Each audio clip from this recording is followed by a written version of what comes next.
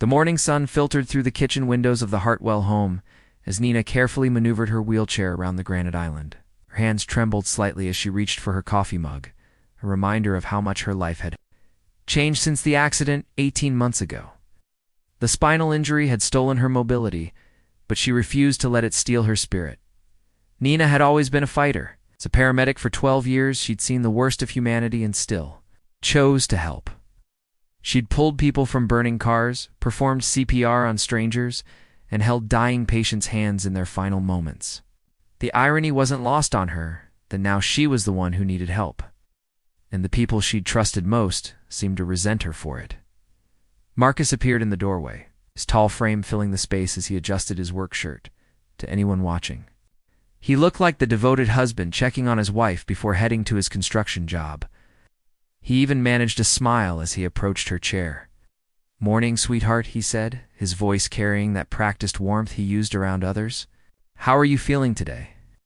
Nina searched his face for genuine concern, but found only the hollow performance she'd grown accustomed to. "I'm okay. Just having trouble with the new medication. Makes me dizzy sometimes." Marcus nodded absently, already reaching for his keys. "Maybe you should call the doctor about that." "Yes. I've got 3 job sites to check today, so I'll be home."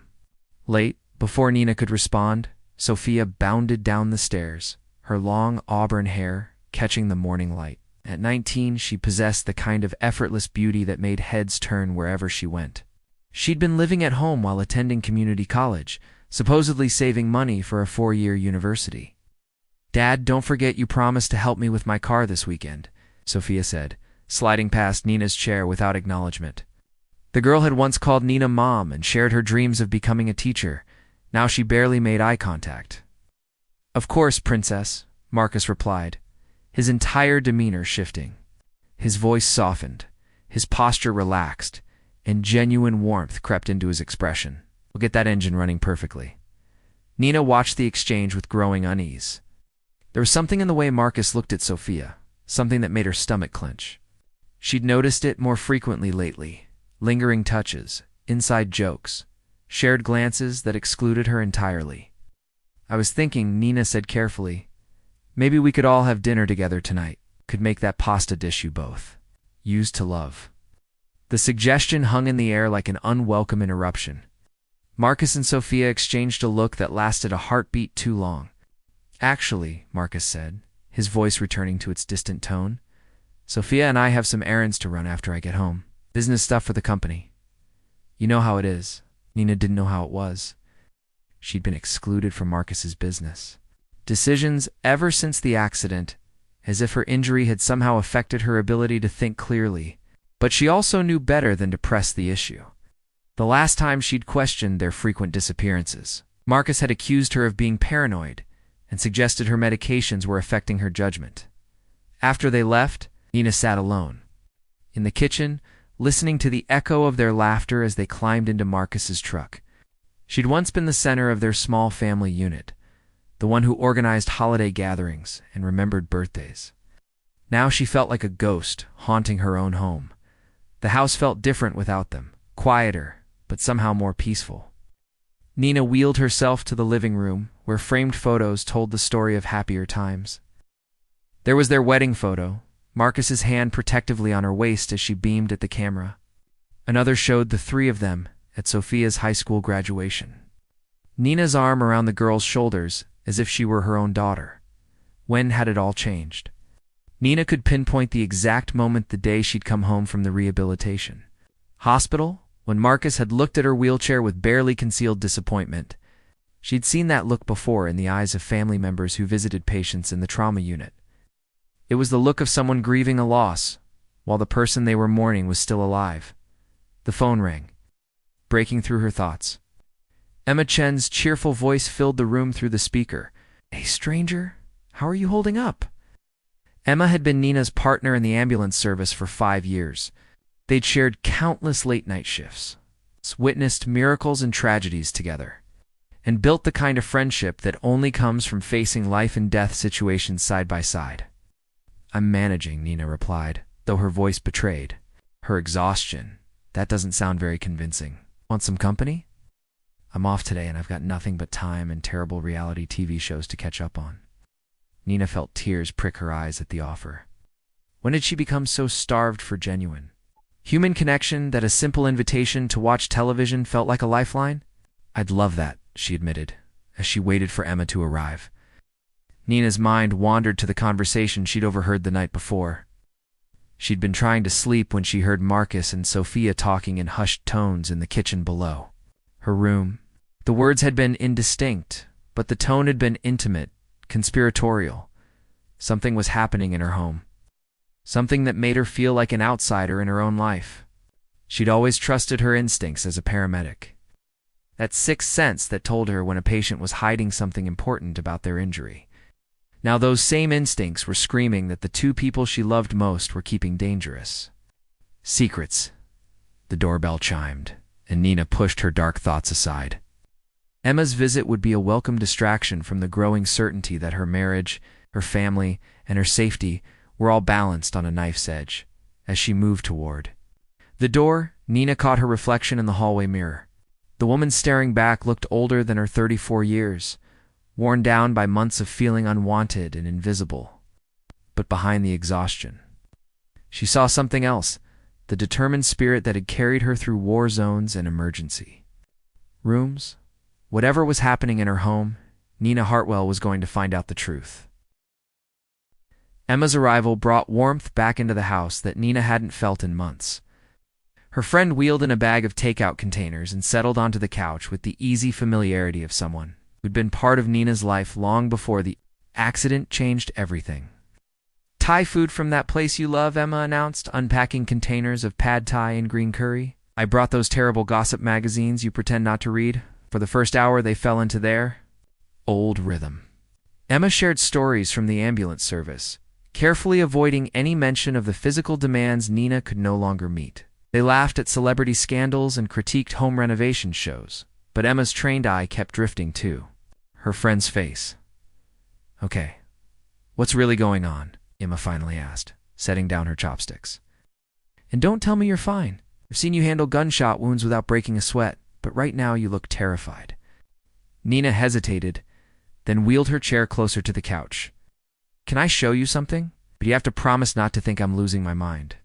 She led Emma upstairs to the master bedroom, explaining how she'd been moved to the guest room downstairs for easier access. But what she wanted to show Emma was Marcus's dresser, specifically the top drawer that she'd discovered unlocked 2 days earlier. Inside, beneath Marcus's everyday items were printed photographs, not the digital images most people kept on there. Phones, but actual printed pictures that someone had deliberately developed. The photos showed Marcus and Sophia in moments that made Nina's stomach turn his hand on her bare shoulder as she leaned against him. The two of them sharing what looked like intimate conversation over dinner at a restaurant Nina didn't recognize. Sophia sitting on Marcus's lap in his office after hours. Jesus, Nina, Emma whispered, examining the images. How long has this been going on? I don't know, maybe months? Maybe longer?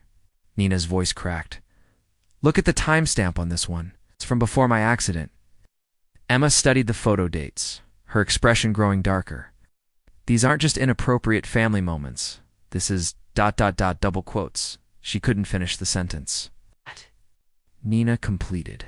Is keeping evidence of their relationship like some kind of trophy collection. They found more than photographs.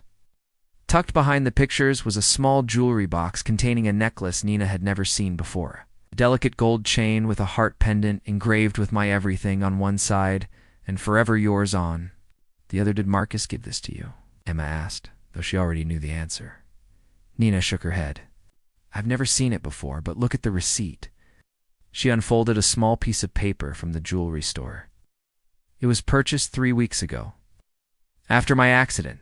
After I became a burden they had to manage. The sound of the front door opening made them both freeze. Marcus's voice carried up the stairs, followed by Sophia's laughter. Nina quickly returned everything to the drawer, her hands shaking as she tried to arrange items exactly as she'd found them. We need to get you out of here, Emma whispered urgently. Can't just leave, Nina replied. This is my home. My marriage. Maybe I'm misunderstanding, Nina. Emma gripped her friend's shoulders. Look at me. Those photos aren't misunderstandings. Whatever's happening here isn't just emotional neglect. This is dangerous. But before they could discuss it further, footsteps approached the bedroom. Marcus appeared in the doorway, his expression shifting from surprise to suspicion as he took in the scene. I didn't know we had company, he said, his voice carrying an edge Nina recognized. Emma, isn't it? From Nina's old job? That's right, Emma replied, standing protectively near Nina's wheelchair. Just catching up with my friend. Marcus's eyes swept the room, lingering on the dresser. Well, don't let us interrupt, Sophia, and I have some business to discuss downstairs. His emphasis on the word business felt deliberate, almost mocking after he left. Emma helped Nina return to the main floor, but the atmosphere in the house had changed. Marcus and Sophia were huddled together in the kitchen, their conversation stopping abruptly whenever Nina appeared. When Emma finally left that evening, she made Nina promise to call if anything felt wrong. I mean it, Emma said at the door. Day or night. Something about this whole situation makes my skin crawl. That night, Nina lay awake in the guest room, listening to the sounds of the house settling around her. Around midnight, she heard footsteps in the hallway above, not the heavy tread of Marcus heading to bed, but the lighter steps of someone trying to move quietly. She heard Sophia's voice, barely a whisper. Are you sure about this? What if she suspects something? Marcus's response was too quiet to make out clearly, but his tone was reassuring, almost tender. Then Nina heard something that made her blood run cold, the sound of her own bedroom door closing softly, followed by silence. Sophia was spending the night in the master bedroom with Marcus in Nina's former bed. The next morning, Nina woke to find them both already up, moving around the kitchen with the easy intimacy of a couple who'd shared a bed. Sophia wore one of Marcus's t-shirts that barely covered her thighs, while Marcus made coffee for 2, not 3. Morning, Nina said carefully, watching their reaction. They both turned. And for just a moment, Nina saw something in their faces that chilled her, not guilt or embarrassment, but annoyance at being interrupted. Hi, Sophia replied casually. Dad was just telling me about this amazing vacation rental he found. Right on the coast, totally private. He thinks it might be good for you, to get away and focus on your recovery. Marcus nodded enthusiastically. For days, completely secluded. Sometimes a change of scenery is exactly what a family needs to reconnect. Nina felt a chill run down her spine that had nothing to do with the morning air. The way they presented this surprise felt rehearsed, like they'd been planning it for weeks. When she asked, "This weekend," Marcus replied, "I've already made all the arrangements. Everything's wheelchair accessible, completely private. Just the 3 of us." As Nina looked at their faces, Marcus's forced enthusiasm and Sophia's barely contained excitement, she realized that Emma had been right. This wasn't just about an inappropriate relationship anymore. This was about getting her somewhere isolated, somewhere no one would think to look for her. The coastal rental house sat perched on a cliff overlooking the Pacific, accessible only by a narrow dirt road that wound through dense forest for nearly 3 miles. Marcus had described it as secluded and peaceful, but as Nina surveyed the property from the passenger seat of their SUV, isolated and trapped, seemed more accurate. Wow, Dad, this place is incredible, Sophia gushed from the back seat, though Nina noticed she'd barely glanced at the view. Her attention was focused entirely on Marcus, watching his every expression like she was waiting for some kind of signal. The house itself was modern and sleek, all glass and steel that would have been beautiful under different circumstances. Marcus had been right about the wheelchair accessibility ramps led to wide doorways. The open floor plan would accommodate her mobility needs perfectly. Too perfectly, Nina thought. As if someone had specifically sought out a place where a wheelchair-bound person couldn't claim the space was unsuitable. "Let me get the bags," Marcus said, but Sophia was already jumping out to help him. They moved together with practiced efficiency, leaving Nina to transfer herself from the car to her wheelchair alone. When she'd been healthy, Marcus would have been at her side before she could even reach for the door handle. Now he acted as if her independence was a given, even when she struggled. The interior of the house was even more impressive than the exterior floor-to-ceiling windows showcased. The ocean view, while expensive furniture and artwork suggested this wasn't some cheap vacation rental. Nina began to wonder how Marcus had afforded such a place, especially given the recent business difficulties he'd mentioned when explaining why they couldn't hire additional help for her care. "I'll take the master bedroom upstairs, Marcus," announced, hauling his suitcase toward the staircase. "Sophia, you can have the guest room up there. Nina, there's a perfect setup for you on the main floor." The room Marcus indicated was clearly designed as a caregiver's quarters hospital-style bed, accessible bathroom, even a small refrigerator for medications. Nina felt a chill of recognition. This wasn't just wheelchair accessible. It was designed for someone who was seriously ill or dying. "How did you find this place?" she asked carefully. Marcus and Sophia exchanged one of their loaded glances. "Online," Marcus replied, "specifically for people with mobility challenges. I thought you'd appreciate the consideration." But as Nina explored her assigned room, she noticed details that didn't align with Marcus's story. The medical equipment was too specialized, too expensive for a standard rental. The bed had restraints tucked discreetly beneath the mattress. The windows, while providing a beautiful view, were sealed shut and reinforced with safety glass that couldn't be broken from the inside. This wasn't a vacation rental designed for disabled guests. This was a facility designed to hold someone against their will. That evening, as Sophia prepared dinner in the gourmet kitchen, Nina attempted to call Emma. Her phone showed full bars but couldn't connect to any network. When she mentioned this to Marcus, he shrugged. "Remote location. I'm sure the service is spotty out here. It's part of the charm, right? No distractions from the outside world." But Nina noticed that both Marcus and Sophia seemed to have no trouble with their phones, texting and making calls throughout the evening. When she asked to borrow one of their devices to call Emma, Marcus claimed his battery was dead, while Sophia said she'd already used up her data for the month. The first night, Nina barely slept. The house felt different in the darkness. Sounds carried strangely through the open spaces, and the isolation pressed in like a physical weight. Around 2 a.m., she heard footsteps moving between the upstairs bedrooms, followed by whispered conversations and soft laughter. The next morning, found Marcus and Sophia having breakfast together on the deck, sitting closer than any father and daughter should. When Nina joined them, the conversation died immediately. "Sleep well?" Marcus asked, but his eyes were already drifting back to Sophia. "Actually, I had some trouble with my wheelchair charger," Nina lied, watching their reactions. "The battery seems to be draining faster than usual." The look that passed between them was quick, but unmistakable, not concern, but something closer to satisfaction. "I'm sure it's fine," Sophia said dismissively. "Maybe you're just using it more because of the unfamiliar layout." But Nina had been managing her wheelchair for over a year. She knew exactly how long the battery should last, and she knew someone had been disconnecting the charger during the night. Without a fully charged battery, her mobility would be severely limited in this isolated location. That afternoon, while Marcus claimed to be taking a business call and Sophia said she was napping, Nina decided to explore the property. The beautiful coastal setting revealed its true nature as she wheeled around the grounds. There was no cell tower visible in any direction. No neighboring houses, no road access, except the single winding path they'd taken to arrive. Most disturbing was what she found in the garage. Alongside Marcus's construction tools were items that had no place in a vacation rental: heavy-duty zip ties, industrial-grade bleach, and several large plastic tarps. In a toolbox, she discovered printed directions to the house, but not from any rental website. The letterhead read, "Sunset Assisted Living Transitions," with a subtitle that made Nina's blood run cold.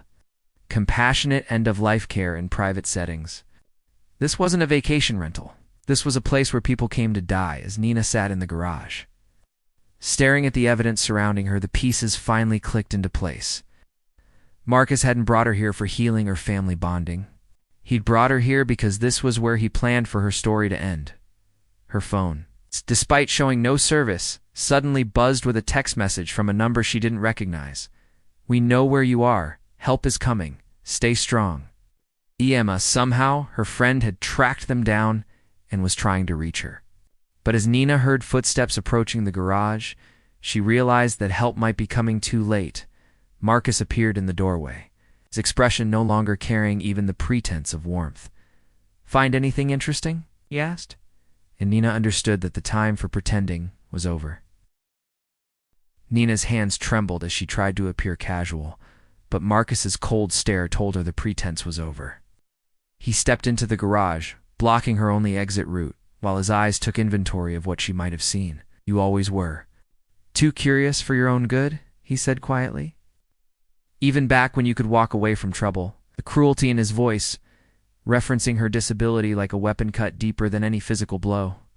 This was the man she'd married, the one who'd promised to love her in sickness and in health. Now he spoke to her like she was something to be disposed of. "Marcus, what is this place?" Nina asked, though she already knew the answer. He moved closer, and she noticed he was carrying something behind his back. "It's exactly what you need, Nina. A place where people like you can find peace." "People like me?" Burdened Sophia's voice came from behind Nina. The girl had approached silently, and now Nina was trapped between them. "People who take up space and resources that could be better used by those who actually contribute something." Nina spun her wheelchair to face Sophia, searching for any trace of the girl who'd once called her mom. But Sophia's expression held nothing but cold calculation. "You used to be strong," Sophia continued. "Dad showed me videos of you from before the accident. You were amazing, saving lives, running into danger. But look at you now. You can't even make breakfast without help." "I'm still the same person," Nina whispered. "No," Marcus said firmly. "You're not. The Nina I married died in that accident. What's left is just ... He gestured dismissively at her wheelchair. "This. And frankly, it's not fair to any of us, too. Keep pretending otherwise." Nina's mind raced as she processed what they were really saying. They'd brought her here not just to end her life, but because they genuinely believed they were justified in doing so. In their minds, her disability had made her less than human, unworthy of the life she was clinging to. "The police will look for me," she said, trying to keep her voice steady. Sophia laughed, a sound devoid of warmth. "Will they?" A woman with a spinal injury who's been struggling with her new reality. "When we report that you rolled your wheelchair too close to the cliff edge while we were inside." She shrugged. "These things happen, especially to people who've lost the will to live." Nina realized they'd been planning this for months, maybe since the day she'd come home from the hospital. Every cruel comment, every moment of neglect, every way they'd made her feel unwanted. It had all been designed to establish a narrative of a woman who might choose to end her own suffering. "Your friend Emma called the house yesterday," Marcus said conversationally. "Very concerned about you, worried you were having dark thoughts. I assured her we were keeping a close eye on you. But sometimes love isn't enough to save someone who's given up hope." The manipulation was breathtaking in its completeness. They'd been setting the stage for her suicide, while simultaneously planning her murder, creating a perfect cover story that painted them as grieving survivors rather than killers. "You won't get away with this," Nina said, but even as the words left her mouth, she wondered if they would. They'd chosen their location carefully, planned every detail, created a narrative that would satisfy any cursory investigation. "Actually, we will," Marcus replied. "Because by tomorrow morning, you'll have accidentally rolled too close to the cliff edge during one of your midnight struggles with depression. Sophia and I will be devastated, of course. I might even start a foundation in your memory, something about suicide prevention for disabled individuals." The clinical way he discussed her murder made Nina's skin crawl. This wasn't a crime of passion or even greed. It was calculated elimination of someone they viewed as inconvenient. "Now," Marcus continued, "we can do this the easy way or the hard way. I brought some of your pain medication with me. A large dose will make you sleepy, peaceful. You won't feel anything when the wheelchair goes over the edge." Nina's eyes darted between them, calculating distances and possibilities. Her upper body strength was still good. Years of physical therapy had ensured that if she could create enough of a distraction, maybe she could reach the panic button on her keychain, the one connected to a medical alert service. "I need to use the bathroom," she said suddenly. Marcus shook his head. "Nice try, but we're done with delays." He stepped forward, revealing what he'd been holding behind his back, a large syringe filled with clear liquid. But as he approached her wheelchair, Nina made her move. She'd learned to navigate curbs and obstacles by building momentum. She used that skill now to ram her wheelchair directly into Marcus's legs. He stumbled backward, the syringe flying from his hand to shatter against the garage wall. "Bitch." Sophia screamed, lunging forward to grab the wheelchair handles. But Nina had already activated the panic button on her keychain. Somewhere, she hoped, an emergency signal was being transmitted, even if there was no cell service at the house. Medical alert devices often use satellite technology. Marcus recovered quickly, his expression shifting from surprise to rage. "You always were a fighter. But fighting won't save you now," he grabbed a length of rope from his toolbox, while Sophia held Nina's wheelchair in place. Nina struggled, but without the use of her legs, she couldn't generate enough leverage to break free. "Change of plans," Marcus said grimly. "No more pretending this is suicide. Now it's just an accident. A woman in a wheelchair left alone too close to a dangerous cliff." As they prepared to move her toward the cliff edge, Nina caught sight of something that gave her a spark of hope: dust clouds on the distant road, moving fast toward the house. Help was coming. She just had to survive long enough for it to arrive. "Wait," she said desperately. "I have money. Insurance money from the accident. You could just take it and leave me here. I won't tell anyone." Marcus paused, considering, but Sophia shook her head firmly. She never stopped trying to ruin us," the girl said with frightening certainty. "Even if we leave her alive, she'll find a way to destroy what we have together." Nina stared at Sophia. Anley looked at her hand, realized that Marcus might have initiated their twisted relationship, but Sophia had become the driving force behind it. The girl wasn't just a victim of manipulation. She was an active participant in murder. As they began pushing her wheelchair toward the house's back exit, Nina made one last desperate play. "The security cameras," she gasped. "This place has two. Have security cameras. When they find my body, they'll check the footage." For the first time, she saw uncertainty flicker across their faces. They hadn't considered that their perfect crime scene might have electronic witnesses. And in that moment of hesitation, as sirens wailed in the distance, Nina knew that her nightmare was about to end, one way or another. Detective James Rodriguez had been investigating missing persons cases for 15 years. But something about Nina Hartwell's disappearance felt wrong from the moment he arrived at the coastal rental house. The scene was too neat, the story too convenient, and the husband and stepdaughter too calm for people whose loved one had supposedly fallen to her death from a cliff. "Let me understand this correctly," Rodriguez said, flipping through his notepad. As he addressed Marcus and Sophia in the house's main living area, "Mrs. Hartwell went outside alone around midnight to get some air, and when you woke up this morning, her wheelchair was found at the cliff edge, but her body was nowhere to be seen?" Marcus nodded solemnly, his arm protectively around Sophia's shoulders. Nina had been struggling with depression since her accident. She often had trouble sleeping, said the ocean air helped calm her mind. Sophia dabbed at her eyes with a tissue, though Rodriguez noticed they appeared dry. "I should have heard her leave. I keep thinking if I'd just checked on her ... "And neither of you heard anything during the night? No calls for help, no sounds of distress?" "Nothing," Marcus replied. "The waves are pretty loud here. They probably covered any sound." Rodriguez made notes, but his trained eye was cataloging inconsistencies. The wheelchair at the cliff edge was positioned to precisely, its wheels perfectly aligned with the drop-off. In his experience, accidents were messy, chaotic. This looked staged. More concerning was the physical evidence.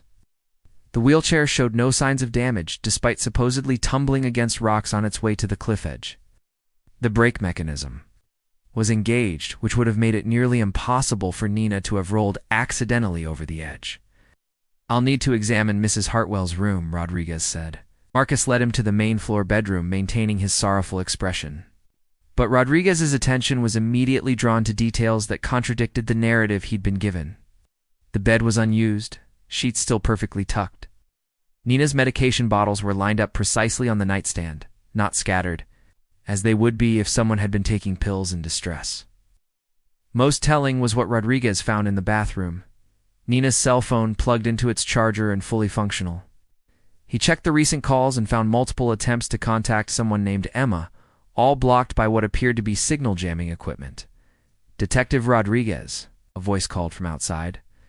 Officer Martinez, his partner, was waving him toward the garage. What they found there transformed the case from a possible suicide to a definite homicide.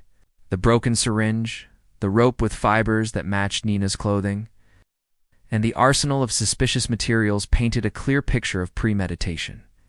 "Sir," Martinez said quietly, "you need to see this." She led him to a small control room. Hidden behind a false wall in the garage, banks of monitors showed feeds from security cameras positioned throughout the property, cameras that Marcus and Sophia had claimed didn't exist.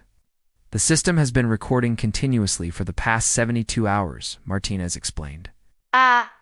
And it's all backed up to a remote server. Rodriguez felt the familiar surge of adrenaline that came with cracking a case. Let's see what really happened to Nina Hartwell. The footage told a story that bore no resemblance to the version Marcus and Sophia had provided. It showed Nina discovering the suspicious materials in the garage, finding the evidence of the house's true purpose as a facility for ending lives, captured Marcus and Sophia's discussion of their plan, their attempt to drug Nina, and her desperate fight for survival. Most damning was the timestamp, showing Nina activating her panic button. The medical alert signal that had prompted Emma to contact police when Nina's GPS location suddenly appeared at an address associated with assisted suicide facilities. "Jesus," Martinez whispered as they watched Marcus and Sophia dragging Nina's wheelchair toward the cliff. They really were going to kill her. But the footage also revealed what had happened next. As sirens approached the property, Marcus and Sophia had made a desperate decision to hide Nina rather than kill her immediately. The cameras showed them carrying her to a storage shed behind the house, then quickly staging the wheelchair at the cliff edge. She might still be alive, Rodriguez realized. They found Nina bound and unconscious in the shed, barely breathing but alive. The syringe Marcus had prepared contained a near-lethal dose of her own pain medication, enough to make her death appear accidental if she'd been found in her wheelchair, but administered in a way that would have killed her slowly in the shed. As paramedics worked to stabilize Nina, Rodriguez placed Marcus and Sophia under arrest. The transformation in their demeanor was immediate, and telling Marcus crumbled, weeping about how things had gotten out of hand, while Sophia remained coldly defiant. "You don't understand," Sophia told Rodriguez as he read her rights. "She was already dead. The accident killed the person she used to be. We were just finishing what was already done." The investigation that followed revealed the full scope of their plan. Financial records showed Marcus had been systematically draining Nina's insurance settlements and savings accounts. The rental house was actually a property he'd purchased using Nina's own money, intending to use it for end-of-life services for other disabled individuals whose families found them burdensome. Emma's testimony provided crucial context about Nina's mental state and her growing fears about Marcus and Sophia's behavior. Cell phone records revealed months of inappropriate communications between the stepfather and stepdaughter, including detailed discussions of how to solve their Nina problem. Most disturbing was the discovery of a notebook in Sophia's belongings. It's filled with research about inheritance laws, suicide statistics among disabled individuals, and detailed notes about making murder appear accidental. During the trial, the defense attempted to portray Marcus as a man overwhelmed by caregiving responsibilities, and Sophia as a young woman manipulated by an older. But the security footage and the couple's own digital communications painted a different picture. Of two people who had formed a twisted partnership built on selfishness and a fundamental belief that Nina's disability made her life worthless. Nina's recovery was long and difficult, complicated by the trauma of nearly being murdered by the people she'd trusted most. But she survived to testify at their trial, her quiet strength and dignity serving as a powerful counterpoint to their defense's attempts to portray her as a burden. "I want people to understand," Nina said from the witness stand, said having a disability doesn't make someone less human, less deserving of love, or less worthy of life. What happened to me wasn't about mercy or compassion. It was about two people who decided that their convenience was more important than my existence. Marcus was sentenced to life in prison without parole for attempted murder and conspiracy. Sophia, despite her age, was tried as an adult and received 25 years to life. The judge noted that her complete lack of remorse and her detailed planning demonstrated a level of callousness that transcended her youth. The house on the cliff was sold, with proceeds going to Nina's medical expenses and a foundation she established to support disabled individuals facing family rejection or abuse. The security footage became a landmark case study in elder and disability abuse, used to train law enforcement officers in recognizing the signs of caregivers who view their charges as burdens rather than people. 6 months after the trial, Nina moved to a new city where Emma had relocated for a job with the fire department. The two friends found an accessible apartment near the beach, not because Nina needed to confront her trauma, but because she'd always loved the ocean, and she refused to let Marcus and Sophia's actions steal that joy from her. On quiet evenings, as Nina sat on her balcony watching the sunset over the Pacific, she sometimes thought about the security cameras that had saved her life. Technology had provided the evidence that her own words might not have been enough to secure. But more than that, the footage had preserved the truth of who she really was, not a burden or a problem to be solved, but a human being who fought for her life with every breath, who deserved love and respect regardless of her physical limitations. The case became a catalyst for legislative changes requiring background checks and licensing for private end-of-life facilities, ensuring that places like the house on the cliff couldn't be used as covers for murder. Nina testified before state legislatures, her composed testimony helping to pass laws that better protected vulnerable adults from family members who viewed them as inconvenient. In the end, Marcus and Sophia's attempt to erase Nina from existence had instead amplified her voice and strengthened protections for others like her. The security footage that was meant to document her death instead became evidence of her unbreakable will to live in proof that sometimes the most important witness to the truth is the technology we don't even know is watching.